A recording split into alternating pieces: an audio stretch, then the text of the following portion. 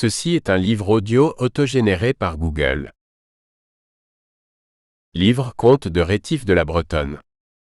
Par Rétif de la Bretonne. Esquisse littéraire sur Rétif de la Bretonne. Les mœurs sont corrompues, puis-je peindre le siècle d'Astrée? Rétif. Zéphyr, fils d'Éole et de l'Aurore qui prêta son nom à l'une des plus mignonnes et singulières maîtresses de M. Nicolas Zéphyr, est la seule divinité qu'il nous convienne d'invoquer au début de cette étude d'essayiste.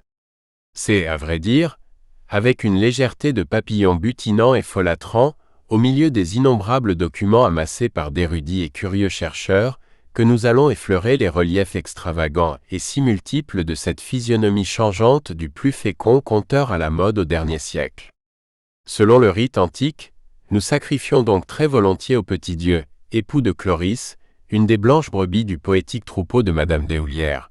Puisse cette offrande si peu onéreuse nous rendre propice le Favonius des Latins, puisse ce même Zéphyr soutenir notre plume comme une houlette enrubanée, au cours de cette analyse, puisse-t-il enfin voiler de ses ailes et couvrir des tendres roses dont il fut si prodigue, les 1001 détails cyniques que la vérité historique va placer sur notre route. Rétif de la Bretonne dont nous venons de nous approprier en quelque manière, le style imagé dans ce préambule est aujourd'hui recherché, prôné, sinon très lu dans certains milieux d'enthousiastes. On l'a placé dans une chapelle comme une puissante statue de Bouddha, dit un savant psychologue Huyn, dans une étude sur notre illuminé. On l'a redoré à nouveau après un séjour d'un demi-siècle dans quelques fosses humides, et maintenant ce n'est plus qu'hymne et oraison parmi les flots d'encens. Le bon goût en gémit. Mais sait-on encore ce que sont le goût et les traditions françaises en fait de littérature? Huyn, étude de psychologie, portrait du XVIe siècle par Jules Souris. Paris, Charpentier, 1879. Ceux qui le savent, poursuit le même pessimiste, ne comptent plus guère dans une société affairée et distraite, avide d'émotions violentes et de spectacles nouveaux. Ce qu'on appelait jadis le culte des belles lettres est une religion disparue. Ce n'est qu'à cet affaissement des mœurs et des habitudes littéraires qu'un écrivain comme Rétif doit un regain de célébrité. Ajoutons que ses œuvres sont fort rares, et nous aurons le mot de l'énigme. Les bibliophiles, en effet, passent aujourd'hui pour des lettrés, ils donnent le ton aux personnes du monde qui se piquent de littérature, l'engouement de quelques riches amateurs suffit pour faire une réputation. On ne lit pas, mais on montre dans sa bibliothèque tel volume de Rétif ainsi que de vieux lacs de Chine ou du Japon. À en juger par le nombre des curieux, l'ère de la curiosité sera longue. Mais quelle erreur de confondre le lettré et le collectionneur et de prendre pour arbitre du goût, du talent et de l'esprit des amateurs de belles reliures. Nous ne saurions adhérer entièrement au sentiment des lignes qui précèdent, bien qu'elles reflètent assez fidèlement une opinion courante dans un groupe très nombreux de littérateurs, la restifomanie, si nous pouvons employer ce mot, ne provient point seulement de la vogue soudaine qui s'attacha il y a quelques années aux éditions diverses de l'auteur des idées singulières, et aux prix fabuleux qu'ils ont acquis dans les ventes célèbres depuis 10 ans environ. Les bibliophiles en général ne mènent pas grand tapage dans la littérature militante et ne se montrent guère aux avant-gardes de l'armée des belles lettres. Un bibliophile, et par là nous entendons un amateur éclairé, ne se pique aucunement de donner le ton aux gens du monde ou de provoquer un appel à la postérité en faveur de ses élus. Il n'a point la faconde du bibliographe, se montre assez sobre de ses jugements et aime à voyager en égoïste dans sa bibliothèque, comme ces heureux philosophes qui se cachent dans une retraite bien loin des vanités mondaines. Pour les bibliomanes spéculateurs et autres courtiers marrons de la curiosité, leur rôle se borne à suivre les mouvements de hausse, mais point que nous sachions à faire œuvre de réhabilitation littéraire. La vogue renaissante des ouvrages de Rétif de la Bretonne est due à l'excentricité même de leur contenu, à la puissante originalité de l'écrivain, aux intéressants matériaux et documents qu'il fournit pour les mœurs, et aussi à ce ragoût de libertinage, à cette soif perpétuelle de la femme, à cette sentimentalité raisonneuse et pleurarde qui se heurte le plus singulièrement du monde au débordement de luxure de ses conceptions. Pendant la première moitié de ce siècle, celui qu'on nomma un peu sans façon le Rousseau des Halles, fut oublié complètement d'une génération peu soucieuse d'étudier les mœurs de la veille. Cependant les pirates du feuilleton et les corsaires du drame se mirent à flairer ce grand cadavre et à le dépouiller aussi paisiblement que possible. Les Nuits de Paris, les contemporaines, les françaises, les parisiennes et Monsieur Nicolas inspirèrent plus de romans, de comédies et de mélodrames qu'on ne le saurait croire. Ce fut à qui butinerait dans le lourd bagage laissé par Rétif, et toute une cohue de vieux jeunes France s'y vautra, se donnant à peine le souci du démarquage. Qui songeait alors à tout ce fatras? On se disait que le génie assassine ceux qu'il pille, et la prétention au génie enlevait tout remords à la conscience. Tous ces prévaricateurs littéraires avaient un double intérêt à laisser l'oubli couvrir de son ombre la mémoire de l'auteur des posthumes. Une enquête était nécessaire, et c'est en essayant d'en suivre les différentes phases que nous pourrons nous rendre compte de l'engouement excessif dont les œuvres de Rétif sont l'objet depuis ces dernières années. L'œuvre de Rétif de la Bretonne, œuvre énorme et mouvementée, eut la destinée la plus bizarrement accidentée que livre puisse rêver, glorieuse au début, discréditée hier, en pleine vogue aujourd'hui, son sort futur ne nous paraît guère mieux assuré. U2. U2, voyez nos caprices d'un bibliophile, Inuito, Paris Rouvert, 1878. Nous nous empruntons à nous-mêmes les quelques pages qui suivent. Rétif, ce grand prodigue de sa vitalité, après avoir surmené sa vie et dispersé en menu monnaie son incontestable talent, expira à Paris le 3 février 1806, à l'âge de 72 ans.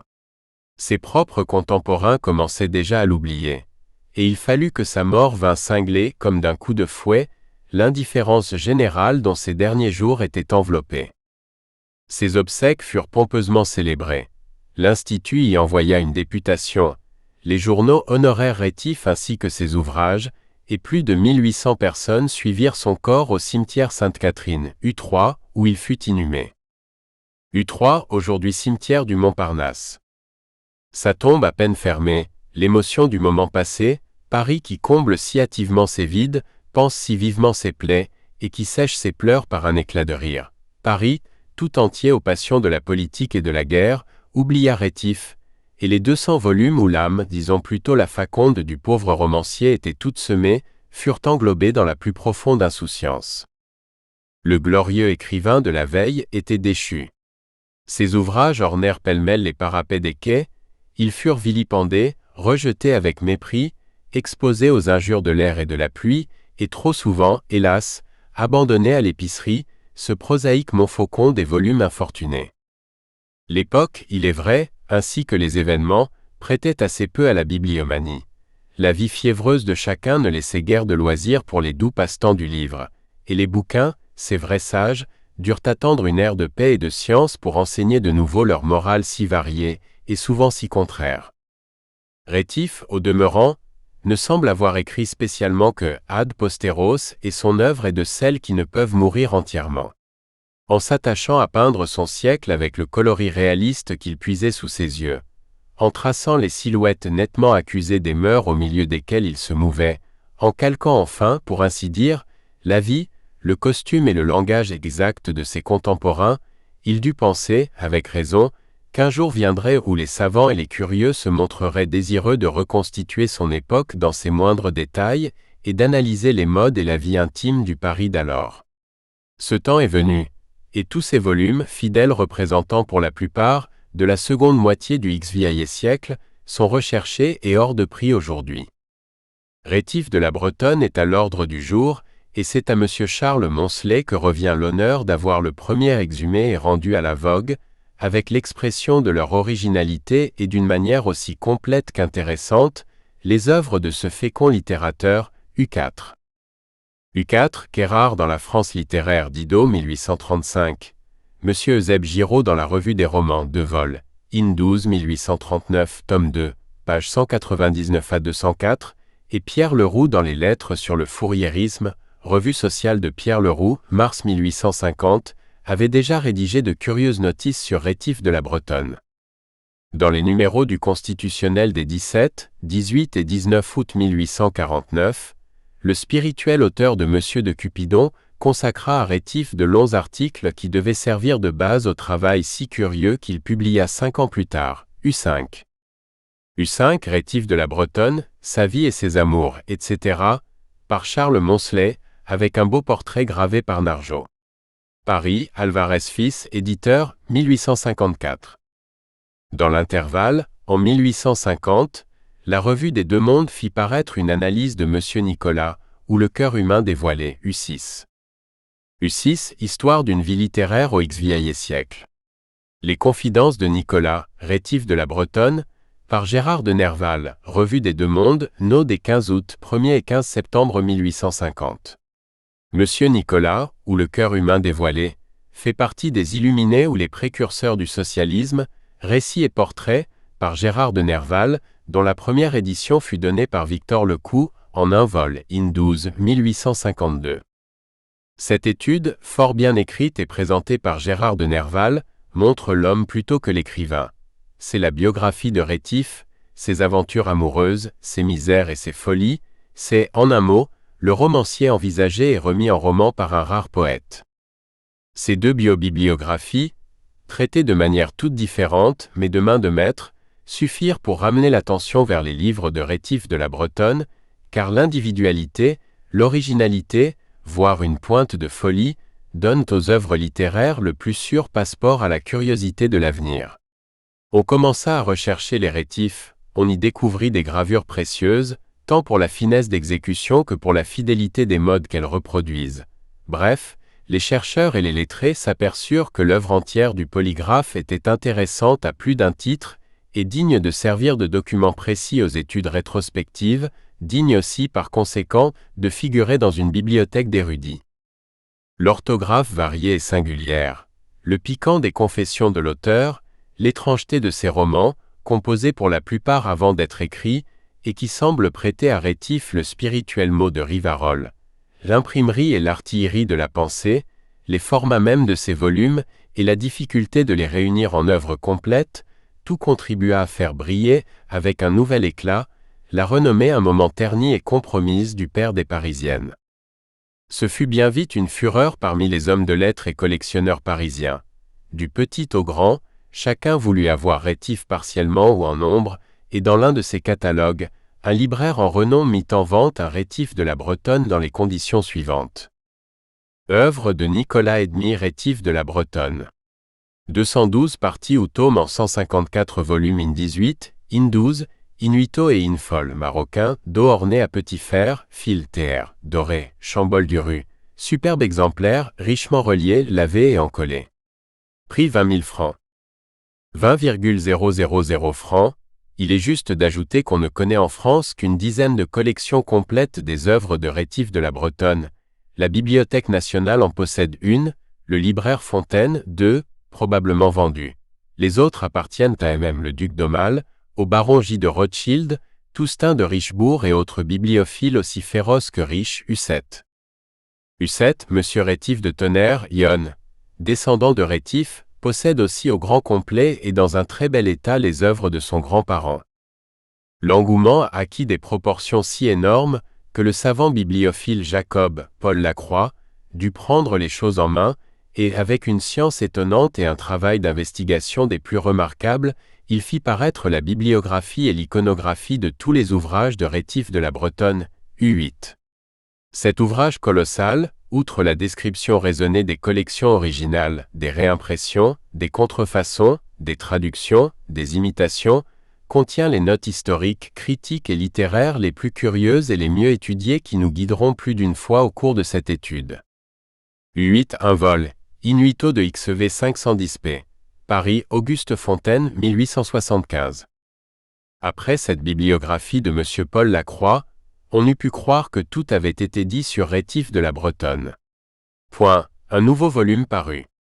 M. Firmin Boissin, dans un petit inuito d'une centaine de pages, trouva encore moyen de parler de notre auteur d'une aimable manière U9.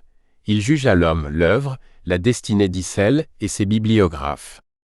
L'on peut dire que ce volume, loin d'être inutile, est un excellent complément d'ensemble sur tout ce qui a été fait et écrit sur l'écrivain du paysan perverti. U9 Rétif de la Bretonne à Toulouse et à Paris chez Daffy, in 8 1877. M. Firmin Boissin ne clôt pas la série des restifographes.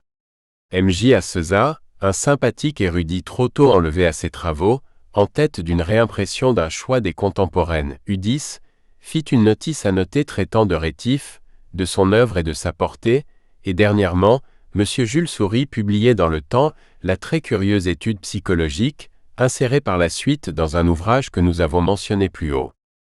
U10, les contemporaines, ou aventures des plus jolies femmes de l'âge présent. Choix des plus caractéristiques de ces nouvelles pour l'étude des mœurs à la fin du XVIe siècle. Notice par J. Asseza, 3 vols. Les contemporaines mêlées, les contemporaines graduées et les contemporaines du commun. Paris, Alphonse Lemaire 1875, de la collection Jeannet Picard. L'œuvre de Rétif ne saurait être réimprimée ni entièrement, ni en majeure partie, cependant il n'est point téméraire de penser que quelques-unes de ses œuvres seront un jour publiées à nouveau. Déjà plus d'un essai de publication des écrits de ce monstre d'originalité a été tenté avec succès en France et à l'étranger, et nous croyons qu'un choix judicieux fait parmi les principaux ouvrages de son immense bagage d'écrivain serait favorablement accueilli du public. Dans les nuits de Paris, dans les Parisiennes, les Françaises, dans les années des Dames nationales, on arriverait à glaner des mélanges remarquables et dignes de l'intérêt des lecteurs curieux et lettrés. Si jamais il nous était loisible de publier Monsieur Nicolas, ou Le cœur humain dévoilé, livre étonnant entre tous, nous osons dire qu'il nous serait agréable de nous mettre à la tête d'une telle entreprise et de présenter alors Rétif en une longue étude où les faits se presseraient, où les documents et les notes s'accumuleraient dans un travail d'ensemble qui formerait assurément plus d'un volume. Mais à cette époque de vie hâtive, il ne faut point se consumer à des tâches qui risquent de demeurer stériles, ni mettre sur la table de l'érudition aimable des mets trop lourds ou trop complexes pour la rapidité des repas du jour. Puisque l'on ne sait plus dîner, ni souper ni lire, dans toute l'acception exquise de ces doux plaisirs d'antan, allons au buffet de la bibliographie légère et curieuse, et résumons notre étude sur l'homme et l'œuvre, dosons le tout pour la mémoire comme les traitements faciles à suivre de ce siècle de progrès. Entre le dictionnaire et la terrible et ennuyeuse préface grave et embroussaillée de notes en manchette et en bas de page, prenons le juste milieu. Un prodigieux vivant aussi hâbleur, aussi fanfaron de vices et aussi infatué de vertus intimes que Rétif de la Bretonne, serait intéressant à fouiller, à déchiffrer, à dépister dans tous les coins où se masque sa vie, mais cet intérêt de chercheur serait bien égoïste, et tous les érudits, comme les collectionneurs et autres sages monomanes, on ne l'a point assez remarqué, sont de purs égoïstes. Ils ne font grâce d'aucun détail aux malheureux lecteurs qui n'ont point vécu dans leur atmosphère de recherche, avec leurs alternatives de joie et de prostration. Ils sont semblables à ces voyageurs qui cherchent à étonner des auditeurs indifférents par le récit de leur voyage, et ils ne se doutent point de l'ennui qu'ils causent et de leur incommensurable égoïsme, comme ces hommes du monde dont parle Chamfort, qui ignorent le monde par la raison qui fait que les hannetons ne connaissent point l'histoire naturelle. Concluons donc par cette simple esquisse littéraire de Rétif biographie au trait, étude linéaire et concise au possible. 2. Rétif de la Bretonne, en exposant une de ses théories familières sur la façon de doter les enfants abbés initiaux, écrivit à son sujet « Je fus sans doute conçu dans un embrassement chaud qui me donna la base de mon caractère. S'il eût été accompagné de dispositions vicieuses, j'étais un monstre, la preuve de la pureté du cœur de mes parents, c'est ma candeur native. » Cet aveu mérite d'être enregistré au début d'une biographie aussi compliquée et aussi exceptionnelle que celle que nous avons à poursuivre, car il est hors de doute qu'avec son tempérament essentiellement sensuel et érotique, l'auteur du Pied de Fanchette eût été un monstre 1000 fois plus pernicieux que le célèbre marquis de Sade, si ses instincts d'impétueux et gipant n'avaient été traversés par un courant contraire et adoucis par une sensiblerie généreuse qui font de lui un être à part. Quelque chose de bizarre et d'extravagant comme un maréchal de Ray au pays d'Astrée. Nicolas Edmy Rétif naquit à Sassy, près de Vermenton, dans cette contrée des Lurons de Basse-Bourgogne, entre Auxerre et Avallon, le 23 octobre 1734 U11. U11, la date de la naissance de Rétif a été certifiée par la communication de l'acte de baptême de l'auteur, conservé dans les registres de la paroisse de Sassy, et dont M. Sylvain Puy-Chevrier a fourni copie dans un numéro du bulletin du bouquiniste. 8e année, premier semestre 1864, page 492. Tous les biographes commettent l'erreur, propagée par Rétif lui-même, de faire naître l'auteur de la fille naturelle le 22 novembre 1734. Cette date, en effet, se trouve consignée dans les premières lignes de M. Nicolas. Voici cet acte.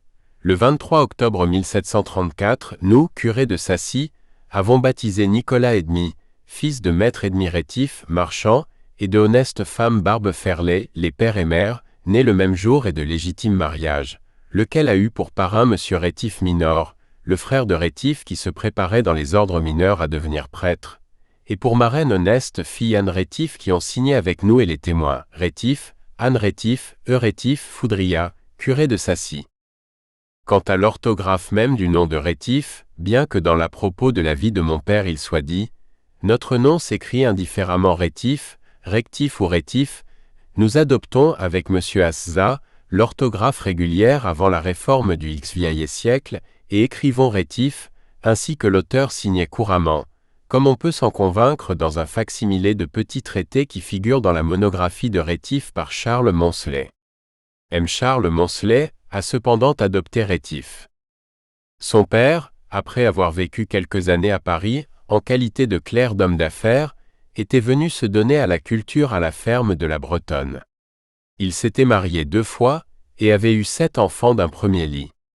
Nicolas Edmy fut le premier-né d'un second mariage avec Barbe Ferlet de Bertraud, qui devait doter la Bourgogne de 6 autres petits restifs.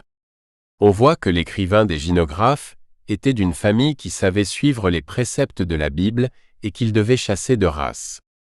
L'enfance de Nicolas ressembla à celle des autres petits paysans, dit M. Gisoury dans une charmante page de son étude remarquable. Tout le jour, il courait dans les prés et dans les bois de Nitry et de Sassy, il cherchait les nids, menait aux champs et sur les collines prochaines, où l'air est très vif, les troupeaux de son père, et quand, le soir venu, il distinguait les murs blanchis de la petite ferme de la Bretonne, il hâtait le pas, trop lent à son gré, de ses moutons et de ses chèvres. C'était l'heure du souper, le père, la mère, les enfants et tous les gens de la ferme, les garçons de charrue, les vignerons, les servantes, s'asseyaient à la même table. Après le repas, le père de famille ouvrait sa Bible et en expliquait tout haut quelques chapitres. Quoiqu'on songe encore involontairement au tableau célèbre de Greuze, il n'y a pas moyen de révoquer en doute cette coutume dans la maison paternelle de Rétif. Bien avant d'avoir lu la Bible, Nicolas la savait par cœur, surtout le Pentateuque, et il la mettait en action. Aussi, vers sa 10e année, il élève un autel de pierre dans une solitude sauvage et y offre en holocauste des oiseaux, comme un grand prêtre juif. Je voyais, dit-il, avec des élans de dévotion tourbillonner la fumée de mon sacrifice, que j'accompagnais de quelques versets de psaume, U12. U12, Monsieur Nicolas, page 172 et Passim. Ce grand prêtre juif était alors un enfant fort doux, très bon et d'une timidité presque maladive. Comme il avait la plus jolie figure du monde, les filles couraient après, l'embrassaient malgré lui, à la sortie de la messe, aux heures où les garçons de son âge jouaient devant les métairies ou dans les granges. Nicolas ne savait comment échapper à ses persécutrices. Il fuyait plus léger qu'un jeune faon, sans prendre garde aux rieuses qui criaient « V'là-qui, Monsieur Nicolas ?» Véqui à l'apostrophe sauvage. Soin chevreux, disaient les hommes. Il au accent circonflexe té dératé, répondaient les femmes. À le voir, au moindre mot baissé en rougissant ses grands yeux aux longs cils, les parents disaient au père et à la mère « C'est une fille modeste que votre fils, êtes-vous sûr de son sexe ?» Lui-même avoue qu'il était femme par la sensibilité, l'excitabilité de son imagination. Encore quelques jours et dès 11 ans, M. Nicolas deviendra un embrasseur redoutable qui, à son tour, mettra en déroute les folles embrasseuses. Il ne fera pas bon pour elle de le rencontrer sur les chemins, surtout les jours de fête, avec son chapeau neuf, sa chemise à manchettes, son habit rouge, sa veste et sa culotte bleu céleste, chaussée de fins bas de coton, avec des escarpins aux boucles fort antiques et très éblouissantes. Le sensible Rétif, en dépit de la fréquente école buissonnière qu'il faisait aux beaux jours d'été, étudiait de son mieux pendant l'hiver à l'école de maître Jacques à Vermenton. À peine sut-il lire couramment qu'il fut pris d'une fièvre intense de savoir, et comme les braves femmes du village, Les ouvriers de la ferme s'extasiaient devant la facilité et l'ardeur savante du petit Nicolas qui récitait tout haut ses lectures au premier venant. Son père le mit en pension à Joux, où il ne resta que peu de temps, y ayant pris la petite vérole dont il faillit mourir. À peine rétabli, il fut décidé qu'un cousin de Nicolas, Jean Rétif, avocat à Noyers, une des lumières de la famille, viendrait interroger l'enfant et déciderait de sa vocation d'après les aptitudes qu'il lui reconnaîtrait. Ce Jean Rétif, homme respectable et d'une austère vertu, selon les termes mêmes de M. Nicolas, arriva pour la fête de sa scie, mit plus que simplement un vieil habit de drap gris, ses souliers coupés à cause des cors aux pieds, et il se prit aussitôt à interroger son petit cousin. « Que lisez-vous » ?»« La Bible, monsieur l'avocat, et mon père nous la lit tous les soirs, rue 13. » Et voici le jeune homme bavardant avec son grand cousin Jean, lui faisant part de ses remarques sur la Bible, contant ses autres lectures, émettant ses idées avec timidité d'abord, puis avec une grande assurance, tant et si bien que lorsque le brave père de Rétif demanda à l'austère examinateur « Que pensez-vous ?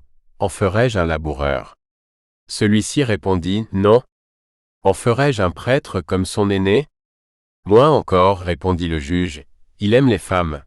Comme la pauvreté qui n'est pas vice, tient les pauvres toujours à la veille d'être fripons, ce penchant à l'amour peut devenir néfaste, donnez une solide instruction au petit cousin, puis après nous verrons. » U13, les Rétifs, d'après une note de M. Azza, avaient lors de la Réforme embrassé la religion protestante. Une partie de la famille s'était expatriée lors de la révocation de l'édit de Nantes. L'autre, à laquelle appartenait la branche dont sortait notre auteur, était revenue au catholicisme lors des dragonnades. On y avait cependant conservé, comme on le voit, l'une des plus caractéristiques habitudes du protestantisme, la lecture de la Bible. Nicolas fut en conséquence conduit par Lecoq à Paris, chez l'un de ses frères d'un premier lit, l'abbé Thomas, précepteur chez les jansénistes de Bicêtre. Il y fut nommé frère Augustin et porta la soutane et le camail comme tous les petits curés de l'endroit. Le voici donc au sortir de la vie ensoleillée des champs, claustré dans la monotonie des exercices religieux, n'ayant pour toute lecture que des œuvres jansénistes telles que les Provinciales, les Essais de Nicole, La vie et les miracles du diacre Paris, ouvrage d'une gaieté douteuse pour un adolescent plein de pétulance et d'imagination. Par bonheur, à ce qu'il raconte, quelques sœurs firent tout au monde pour perdre son âme, et il laisse sous-entendre qu'il put prendre sa revanche des coups de férule de l'abbé Thomas en goûtant le bonheur dans les bras des tendres mères. L'exil de Nicolas dura peu, les jansénistes de Bicêtre furent persécutés et dispersés, et l'ex-petit prêtre Augustin revint en Bourgogne chez son autre frère, le curé de Courgis, un brave et saint homme adoré de ses ouailles. Rétif de la Bretonne approchait alors de sa 15e année, et dès ce moment, nous voyons les événements de sa vie se précipiter et ses aventures amoureuses naître et se succéder avec une rapidité qui semble défier l'analyse, tant ses amours et amourettes innombrables foisonnent de détails. Rétif a tissé avec sa propre existence le canevas de plus de 100 romans, et écrit un millier de contes et nouvelles, vécus par lui-même, selon le mot du jour. Qu'on juge de la discrétion qui nous est recommandée, de la concision dont il nous faut faire preuve dans ce modeste avertissement au pied de Fanchette, qui ne peut être qu'une brève causerie familière. Voici d'abord Jeannette Rousseau, la fille du notaire de Courgis, le grand amour idéal qui poursuit Nicolas à toutes les étapes de son existence passionnée. Cette Jeannette dont il rêvait encore avant de mourir, et sur laquelle il écrivit ces lignes. Jeannette Rousseau, cet ange sans le savoir, a décidé mon sort. Ne croyez pas que j'eusse étudié, que j'eusse surmonté toutes les difficultés parce que j'avais de la force et du courage. Non, je n'eus jamais qu'une âme pusillanime, mais j'ai senti le véritable amour. Il m'a élevé au-dessus de moi-même et m'a fait passer pour courageux, j'ai tout fait pour mériter cette fille dont le nom me fait tressaillir à 60 ans après 46 ans d'absence. Oh! Jeannette, si je t'avais vue tous les jours, je serais devenu aussi grand que Voltaire et j'aurais laissé Rousseau loin derrière moi. Mais ta seule pensée m'agrandissait l'âme, ce n'était plus moi-même, c'était un homme actif, ardent, qui participait au génie de Dieu.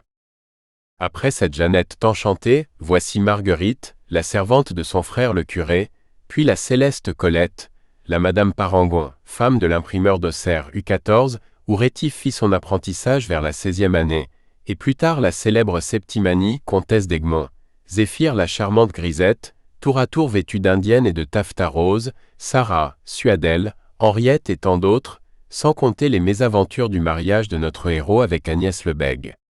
Comment narrer une existence si pleine d'épisodes? Nous espérons que vous avez apprécié cet aperçu. Pour continuer à écouter ce livre audio sur Google Play Livres, utilisez le lien dans la description de la vidéo.